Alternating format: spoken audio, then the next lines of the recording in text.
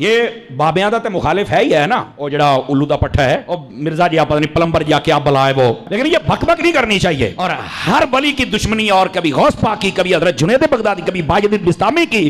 مطلب بندے کو کتا ہونا چاہیے, پر انٹرنیشنل کتا تو نہیں نہ ہونا چاہیے. سارے انو ہی پہ گئے ہیں. میرے پاس کلپ کسی دوست نے بھیجا, کہہ رہا ہے ماں تے شاہی کوئی نہیں, ماں کے بارے میں ماں تے شاہی کوئی نہیں, ماں کیا شاہ بے, او ہو مجھے تب سمجھ آئی. میں سمجھتا تھا یہ تو صرف پیو کوئی نہیں, یہ تو ماں بھی کوئی نہیں, یہ تو کھوتی دا پتر لگ رہا ہے میں نو, یہ تو کسی جانور کا بچہ ہے یار. تیری ماں ہی تینوں پوچھ لیندی, پہلے بزرگاں دا مخالف بنے, ہن تو مینوں پہ گیا یار. ایسا یتیم العلم یزید الفکر خبیث النسل والاصل والعقل مطمئن کمینہ انٹرنیشنل بغیرت. پتہ کیا کہتا ہے یہ سیوطی کیا ہے؟ سیوطی امام جلال الدین سیوطی شافعی رحمۃ اللہ علیہ, آپ کا ذکر ہے. سیوطی کیا ہے؟ سیوطی نے ہن بندے ویکھے ہونے نے, سیوطی میں ماں جیسے منہ پھٹ ایسے بک بک کر رہا ہے. اب میں کیا سن, اے سالہ حضرت ملنگ دا جواب سن, تو سیوطی نہیں, تو جہلم دی کتی ہے جڑا ہر بندے نو پے گئی ہے تو, لیکن تینوں پتہ کوئی نہیں نا, تو ساڈی ایک سٹ نہیں بچانی پترا. اس واسطے اپنی زبان بند کر, بکواس بند کر. اینو سیوطی بنن دا چاہ چڑھے ہوئے. میں کہا بلے ہو شیرا, کیا بازاد دی کوٹ کلی چھتیریاں نو جپے. آپ کو یہ نہ کہے کہ یہاں قادری صاحب آپ نے تھوڑا سا نا یہ اس کو کتی کہا ہے اور کھوتی دا بچہ کہا. میں کہ وہ آپ مندہ ہی نہیں مانوڑ, میں کراں کی داس نا, وہ مندہ ہی نہ پیو نو منیا ہے, کہا میں حرام دا کہہ دی. اور پیر غفران صاحب نے بھی کہا تھا, سن لو نعرہ غفران دا, مرزا جیل میں حرام دا. انہوں نے کہا ہے اور اس کا جواب نہیں دے. حرامی بندہ کیا دے گا بتاؤ نا مجھے. تو ایسے فتنوں کا یہی جواب ہوتا ہے. میں کہا جا ایک کنجرا گل کرن لگیا, کنجر دماغ میں کنجر گل ہی ہونی ہے, تینوں شرم تو یا نہیں پئی آؤندی. اور اب تو اس مہینہ, ایک مہینے کے اندر جتنا یہ ننگا ہوا ہے نا, اور جتنا یہ ایکسپوز ہوا ہے, میں کہتا ہوں اگر یہ بغیرت اور کمینہ اور حرامی نہ ہو تو یہ ویسے ہی مر جائے. اگر حلالی ہو تو اتنا زیادہ ذلیل ہوا ہے. لانتیا تجھے نہیں پتا, ویسے بھی تو انجینئر ہے, رکشے کھول کے کس, تیرا توکی نہیں بنتا ہے شعبے. مولوی اسی 10 سال اسی پڑھے ہے. یہ کہندے داڑھ تھلے آئے ہیں, میں نہیں اس کو کہتا داڑھ تھلے آئے, کیونکہ اسی منہ جدوی شے پائیے, حلال شے پائیے, حرام شے کدی نہیں پائی اسی. اینو میں ویسے ہی رینج تھلے دیاں گا, پھر میں پوچھاں گا پتر ہوں دس. تماشے بنائے ہوئے ہیں جو جاندیاں باندریاں لومڑیاں اٹھ کے بج بگیاں.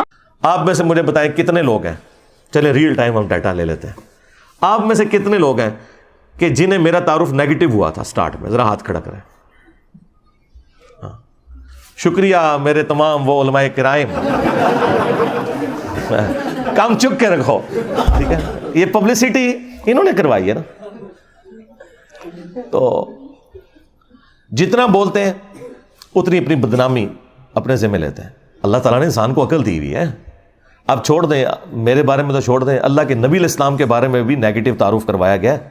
یہ جو اسلام اتنا تیزی سے پھیلا ہے, کیوں پھیلا ہے؟ پچھلے 100 سال میں 60,000 کتابیں رسول اللہ کے خلاف لکھی گئی ہیں صلی اللہ علیہ وآلہ وسلم. اور ان 100 سالوں میں جتنے لوگ مسلمان ہوئے ہیں پچھلی 13 صدیوں میں نہیں ہوئے تھے. 60,000 کتابیں, 2 سے زیادہ کتابیں روز کی بنتی ہیں. 60,000 کتابوں کے جواب دینے کے لیے بھی ہمیں عمر نو چاہیے. ہم جواب دیتے ہیں ڈاکٹرن کا, ہر بات کا جواب نہیں دیا جاتا, ڈاکٹرن کا جواب ہوتا ہے. تو کیا نبی علیہ السلام کو انہوں نے ملائن کر لیا؟ کیونکہ اب میڈیا کا دور ہے, لوگوں نے اسٹڈی کیا.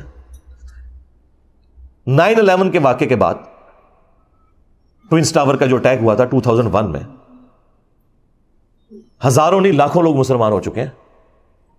اسلام کا تعارف کتنا نیگیٹو انداز میں کروایا گیا, لیکن لوگوں نے اسلام قبول کیا. یار جن لوگوں کی ڈیوٹیاں لگی کہ تم نے نبی علیہ السلام کو ملائن کرنے کے لیے کتاب لکھنی ہے, اسلام کے خلاف کتاب لکھنی ہے, انہوں نے اسلام قبول کر لیا. یہ طاقت ہے نا. تو اسلام کی طاقت, سچائی کی طاقت اتنی بڑی ہے کہ اس کے آگے کوئی بند نہیں باندھ سکتا. تو ان لوگوں کا شکریہ جو اس طرح کی مخالفت کرتے ہیں. میں نے شروع میں یہ بات کی تھی کہ اگر آپ لوگ چاہتے ہیں کہ آپ کے فرقے 30-40 سال اور نکال دیں تو خاموشی میرے بارے میں اختیار کر لیں. جتنا بولیں گے اتنی جلدی آپ کے فرقے ختم ہوں گے, کیونکہ میں نے تو چپ نہیں رہنا. میں تو ہر بات کا جواب دوں گا اور میں اور ایکسپوز کروں گا. اب تو خیر باتیں ریپیٹ ہی کرنی پڑتی ہیں آلموسٹ, کوئی اعتراض بچا ہی نہیں دنیا کا جو میرے پہ نہ لگایا ہو. تو میں جواب دے چکا ہوں, اب تو مجھے جواب بھی دینے کی ضرورت نہیں پڑتی. پرانے کلپس ہی جوڑ کے ہمارے اسٹوڈنٹس خود ہی جواب دے دیتے ہیں. تو یہ کلپ کاٹنے سے مجھے کوئی نقصان نہیں ہوگا. بار بار مجھے قادیانی کہنا, اس میں سے کیا نکلا ہے؟ انہوں نے نقصان اٹھایا نا. قادیانی یہ کہتے رہے میں نے چشتی رسول اللہ, اشعری رسول اللہ پڑھ کے انہوں نے چولہا لا کے رکھ دی تھی. یہ اس کی وجہ سے ہی ہوا نا سب کچھ. تو انہوں نے نقصان ہی اٹھایا نا اس کی وجہ سے. جتنا پروپیگنڈا کرتے ہیں میں اتنا ہی پھر دلیری کے ساتھ آ کے نہ مقابلہ کرتا ہوں کہ یار یہ یوں نہیں، یہ یوں تھا. ایک ایک چیز کا آگے جواب دیتا ہوں، کوئی لحاظ نہیں کرتا. ابھی وہ اگلے دن ایک مولانا صاحب نے ایک میرے خلاف کلپ چڑھایا ہوا اور گالیاں دیں. یقین کریں ہمارے اسٹوڈنٹس کو تو جو بیچارے جذباتی قسم کے ہیں نا، وہ ویڈیوز دیکھ کے غصہ آتا ہے. جو میرے ساتھ بیٹھنے والے ہیں نا، وہ میرے ساتھ بیٹھ کے ہنستے ہیں صرف ویڈیوز دیکھ کے. میں آج تک اپنے کسی میرے خلاف جتنی بھی گالی گلوچ والی ویڈیو ہے، مجھے کبھی بھی دیکھ کے نہ تو کبھی غصہ آیا نہ کبھی کوفت ہوئی ہے، بلکہ میری تو میمز ہی وہی ہوتی ہیں جس میں مجھے گالیاں نکال رہے ہوتے ہیں. مجھے تو مزہ آتا ہے کہ یار ان کے پاس اب کوئی چیز نہیں ہے سوائے گالیاں نکالنے کے. باقی اس چیز کا ضرور دکھ ہوتا ہے کہ ان کی کیا اسلامی تربیت ہوئی ہے، وہ الگ بات، لیکن اس کا مجھ سے تو کوئی لینا دینا نہیں. تو اگلے دن ایک مولانا نے ایک ویڈیو چڑھائی ہوئی کہ انجینئر صاحب کہتے ہیں ماں تے شاہی کوئی نہیں. اچھا میرے پاس کلپ کسی دوست نے بھیجا، کہتا ہے ماں تے شاہی کوئی نہیں، ماں کے بارے میں ماں تے شاہی کوئی نہیں، ماں کیا شاہ بے. او مجھے تب سمجھ آئی. میں سمجھتا تھا یہ صرف پیو کوئی نہیں، یہ تو ماں بھی کوئی نہیں، یہ تو کھوتی دا پتر لگتا ہے مینوں، یہ تو کسی جانور کا بچہ ہے یار. تیری ماں ہی تینوں پوچھ لیندی، پہلے بزرگاں دا مخالف بنیا، ہن تو مینوں پہ گیا. اب اللہ کے بندو، مطلب یہ کوئی بات ہوئی ہوگی نا، اس کے کوئی شروع میں کوئی اول آخر کوئی بات ہوئی ہوگی.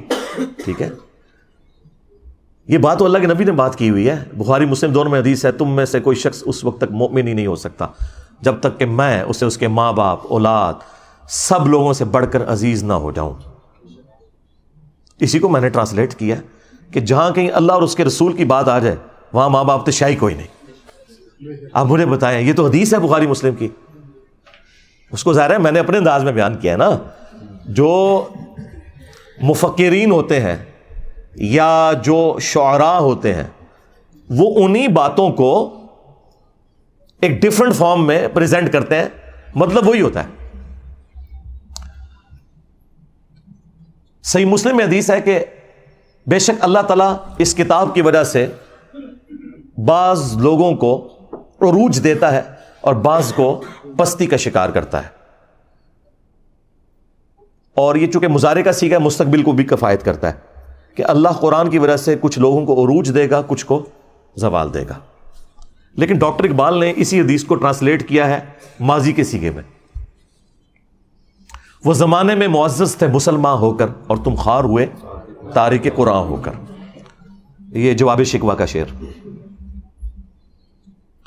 حدیث میں تو یہ نہیں تھا، حدیث میں یہ تھا کہ اس کتاب کی وجہ سے قوموں کو عروج ملے گا اور بعض کو زوال ملے گا. مستقبل کی خبر تھی. ڈاکٹر اقبال نے اسے ماضی کی خبر بنایا کیونکہ آج ہم مستقبل میں بیٹھے ہیں، ہمارے لیے تو ماضی ہو چکا ہے. ہمارے ساتھ جو کچھ ہوا، چاہے وہ ہمارے ساتھ تاتاریوں نے کیا یا کلونین پاورز نے کیا، ہم نے خواری تو کاٹ لی ہے. تو اسی بات کو ایک ڈفرنٹ انداز میں انہوں نے پہنچا دیا کہ محمد سے وفاتوں نے تو ہم تیرے ہیں، یہ جہاں چیز ہے کیا لوح و قلم تیرے ہیں. اس پہ جواب شکوہ کنکلوڈ ہوا ہے نا. دیکھیں مولویوں کی کوئی تقریر ڈاکٹر اقبال کے شعروں کے بغیر مکمل نہیں ہوتی. اور کہتے ہیں علامہ اقبال نے فرمایا. علامہ اقبال کو کیڑی ڈگری سی؟ دسو ہاں. تمہارے بڑے بڑے مفتی علامہ اقبال کو کوٹ کرتے ہیں اور علامہ کہتے ہیں. علامہ تو وہ نہیں تھے، وہ تو ڈاکٹر تھے. فلسفی میں انہوں نے پی ایچ ڈی کی ہوئی تھی. دین انہوں نے اسی طرح حاصل کیا جس طرح میں نے. بہرحال میں نے تو الحمدللہ جس لیول کے اوپر آپ کے سامنے بیان کیا ہے، تو ڈاکٹر اقبال نے بھی ویسے بیان نہیں کیا کہ آپ کو آیات یا حدیث کے کوئی حوالے بتائے ہوں. لیکن انہوں حالے تک علامہ اقبال کہنے نے، انہوں تک کہنا چھوڑ دیں کہ محمد سے وفاتوں نے تو ہم تیرے ہیں، یہ جہاں چیز ہے کیا لوح و قلم تیرے ہیں. یہ اللہ کی طرف سے انہوں نے جواب دیا ہے کہ اگر تو نے میرے نبی کے ساتھ وفا کی نا اے امت محمدیہ صلی اللہ علیہ وآلہ وسلم، پھر ہم تیرے ہو جائیں گے. اور یہ دنیا تو کوئی چیز نہیں، لوح و قلم پہ بھی فیصلے پھر تمہاری دعاؤں کے اوپر ہوں گے اگر تم میرے نبی کے وفادار رہے. اب یہ قرآن و حدیث میں ان الفاظ کے ساتھ تو کہیں بات موجود نہیں، لیکن پورے قرآن و سنت کی تھیم یہی ہے کہ کی محمد سے وفاتوں نے تو ہم تیرے ہیں، یہ جہاں چیز ہے کیا لوح و قلم تیرے ہیں.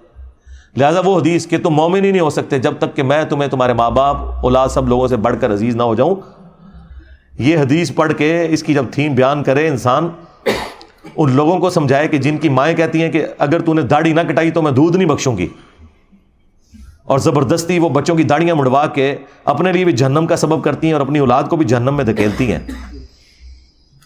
اور اپنی بچیوں کا حجاب اتروا دیتی ہیں کہ اچھے رشتے نہیں ملیں گے، اور بعد میں بھی جو ملتے ہیں رشتے وہ بھی جو گند کھاتے ہیں بعد میں وہ بھی پتہ چل جاتا ہے۔ تو ایسے ماں باپ کو پھر ہم نہ سنائیں کہ ہم نے اللہ اور اس کے رسول کی بات ماننی ہے، تسی تے شاہی کوئی نہیں۔ ماں باپ کے ساتھ اس نے سلوک کا حکم اللہ نے دیا ہے۔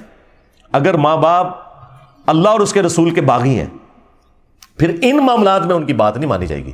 ہاں، دنیا میں معروف طریقے سے آپ نے چلنا ہے، ہیومن ڈگنیٹی وائلیٹ نہیں ہوگی۔ وہ تو سورہ لقمان میں آیا ہے کہ اگر وہ شرک کا کہیں تو تم نے نہیں بات ماننی، لیکن دنیا میں معروف طریقے سے چلنا ہے۔ اور صحیح بخاری میں حدیث ہے، حضرت ابو بکر کی ایک بیوی کافرہ تھی، اسماء بنت ابی بکر کی والدہ، حضرت عائشہ کی جو بڑی بہن تھی، انہوں نے کہا کہ میری ماں میرے پاس آتی ہے اور وہ مشرکہ ہے، تو کیا میں اس کے ساتھ حسن سلوک کروں؟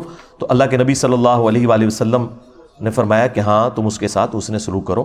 یعنی دنیا میں آپ نے معروف طریقے سے معاملات کو لے کے چلنا ہے، سیدھی سی بات ہے۔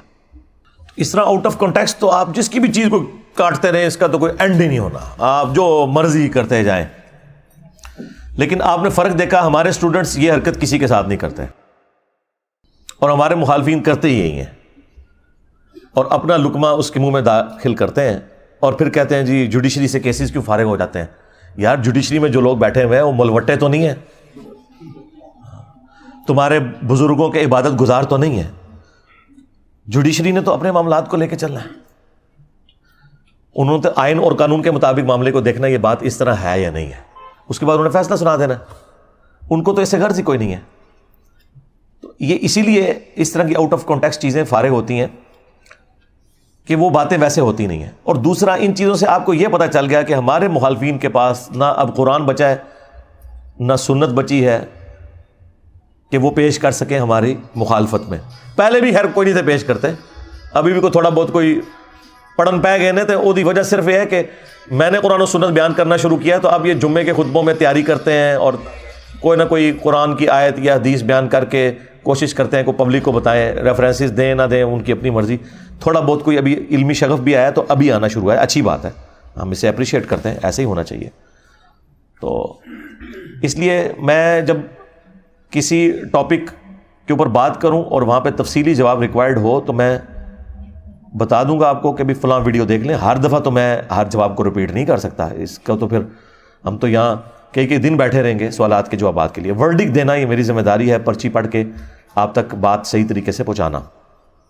اچھا، یہ باتیں میں جان بوجھ کے اس لیے کرتا ہوں کہ میں آج کے دور کا انسان ہوں۔ ہمارے استاد ڈاکٹر سراج صاحب رحمہ اللہ تعالیٰ ان کی غلطیوں سے درگزر فرمائے، انہیں نیک کاموں کا اجر عطا فرمائے۔ یہ میں ڈمی میوزیم والے ڈاکٹر سراج صاحب کی بات نہیں کر